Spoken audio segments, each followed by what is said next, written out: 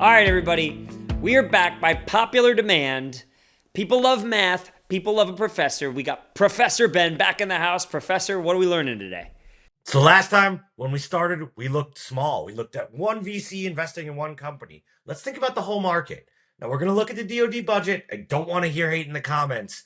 You can do enacted, you could do authorized, you could do appropriated, you could do actual dollars spent, and we know the DoD hasn't passed an audit in a while, so no one actually knows. So let's just be directional. No complaints. And until the DoD passes an audit, none of you actually know if this is right or not. So let's dig in. $824 billion, give or take, was the fiscal year 2024 budget. Let's dive into that. What can you actually win if you're a startup, if you're a new hardware company, you're a Saronic, you're an Anduril, maybe you're a Havoc, you're someone trying to win DoD dollars. Okay, let's go in. Fiscal year 2024, DoD budget. Let's dive into these columns. Hey, what's that big one? We call this operations and maintenance, O&M. That's about $287 billion. That is a lot of money.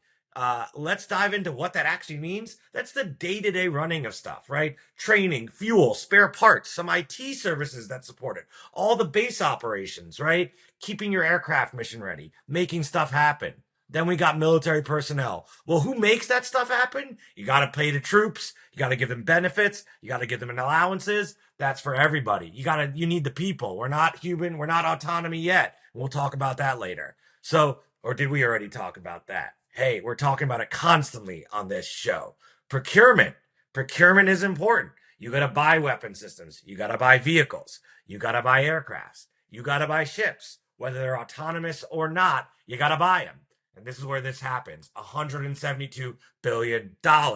You have RDT&E dollars, right? This is where we're all playing with AFWorks, your SIBRs, your SETRs, all sorts of RDT&E dollars. You're doing your pilots, developing and testing future capabilities. It's a lot of fun to play here, but we'll get into why that's not a long-term strategy. And then important stuff, right? You have your military construction. We got to build our bases, right? We got to build housing for the families of service members. New barracks. We all like to complain about barracks, so you got to spend money here if you're going to make them nice. And then lastly, other, not that much fun. We'll get into it, but some weird other accounts, working capital funds. No one wants to spend time there talking about the details there for something that's so small. I think other is just Alex Karp's annual year-end bonus at this point. No comments there. We're going to focus on where we can target as a startup community, right? So we've got our different categories, right? We talked about them. We looked through them, different percents. That's great. Let's go through each one, right? We talked about it briefly, but we're not hearing a lot of startups innovating how we're paying our people. They're not changing benefits until they completely replace all of us with robots. So that's not really a target for startups, right? We'll come back to these, but RDT&E, yes, they are a short-term target. I get it, but we know that's not recurring. You're going to play there. That's going to be great for your revenue initially, but it is not recurring and you know it. So don't play there in the long run. That's not an actual TAM when we think about the long-term selling of companies. I have yet to hear a startup innovate. I would love to. My Marines would have loved to see an innovation in the barracks, but we're not seeing anyone play around in Milcon right now. Let's be honest. And other, we're agreeing not to talk about other. And so let's not talk about that. But don't worry, we'll make these numbers big. Let's dive into O&M. Let's dive into procurement. We talked about O&M. It's the day-to-day running of the force. Absolutely, software has a role to play here. And so does hardware. Hardware and software, but startups more importantly. And then you've got your procurement dollars. We are buying cool new stuff. Absolutely, startups want to be paying here. But let's break in. We're going to add the 287 and the 172 together. We're going to do some math. All right?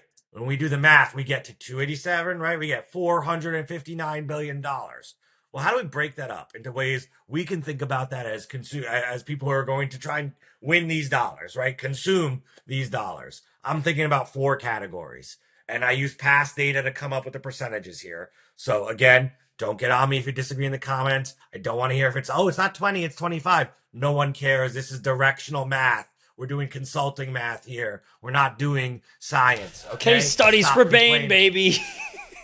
Sunset, right? We're getting rid of some programs. Hey, we don't need the World War II planes anymore. We're sunsetting them. We're still spending a little on them, but they're going away. No startup is tackling that. Come on, be serious. Wipe it out. 92 billion. Recompetes. Hey, something was really good. We're continuing buying it. But hey, you got a contract only for 10 years. We got another 10. You are going to recompete it. We know this is where the primes are going to be playing really strong. That's 30%. That's 146 billion. We're going to have a whole bunch of new starts, right? These are the programs we're all excited about. Hey, Replicator, all this cool new AI stuff, autonomy, hardware, software. Everyone's playing in the new starts. That's 25%. That's 122 billion. Conveniently, another 25%, which say math, 122 billion is this unknown new. There's going to be stuff we cannot predict, but it's going to be created, right? All you startups that are the DoD doesn't even know they want my technology. This is where you're playing. All right, let's dive into these one by one. Let's go to the recompetes, right? Let's start out 146 billion, right? I am being very generous to startups here, and I'm going to say only 60% are going to be 100% run by the primes, right? So that leaves us with $58 billion that we can target, addressable. And let's say new startups and the primes, they're going to do their best, only win 50%. That's 29 billion. Let's keep a little tracker going. Okay, Noah, we're going to track this. $29 billion is our total market. Let's keep going. Let's go to new starts, right? These are the programs we know are coming. They're exciting. They're new. Another 122 billion. Hey, let's say startups can play in all of that, right? It's new stuff. Anyone can win it. $122 billion addressable. Let's say this is crazy, but let's go big. Let's say 80% of it can be captured by startups. 97, 98 billion. The dream of the DoD, defense industrial base, exciting people are, we're capturing 80%. All right, let's add that together. We're at $126 billion. Let's keep it moving. Now, we got to talk about these unknown news, right? How are we getting these? You're going to go through a gauntlet to get there, right? You're going to get Congress to authorize it in the NDAA. You're going to get Congress to fund it in the appropriations. And guess what? Each of those is going to have their own page on the controller, on the DoD website, on the Senate website. So that I'm trying to build numbers for charts like these, it's going to screw me up because there's going to be all sorts of numbers. Again, I don't want to hear complaints. And then also, you got to work with the Pentagon. When we think about working with the Pentagon, you either need a new program office to be created. Good luck doing that. Or you need to work with an existing one and make sure they adopt it as a priority. So a lot has to happen for these unknown news. But let's say you get through all of that, right? Let's do the math there. 122 billion. Let's say all of that, of course, is addressable by startups. Let's say they get 90%, right? The dreams are alive. Everyone wins. 90%. That's 109 billion. Our tracker's at 236. Okay. So our new kind of service, our SAM, our SOM we're using. I don't want to get in trouble with my old managers. The service obtainable market here is $236 billion. Okay. I was extremely generous, right? I ignored a lot of program risk. I assumed almost these perfect win rates. I counted only some of these targetable buckets. That's the pile of money we're chasing. Let's have it. Let's say it's 115 billion. That's still pretty impressive. The question is, Noah, do you believe in this market at that number? It's a massive, massive number. That's bigger than many of the venture-backed markets in not only the United States but the world.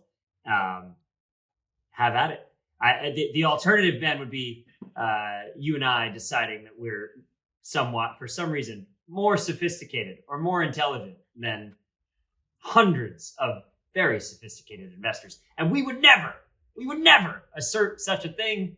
So hell yeah, let's get after it. Yeah, Noah, you heard it here first. He's starting. LPs, wire your checks. Scheinbaum VCs are starting. So even if our numbers are just a couple decimal places off, you're going to be a winner.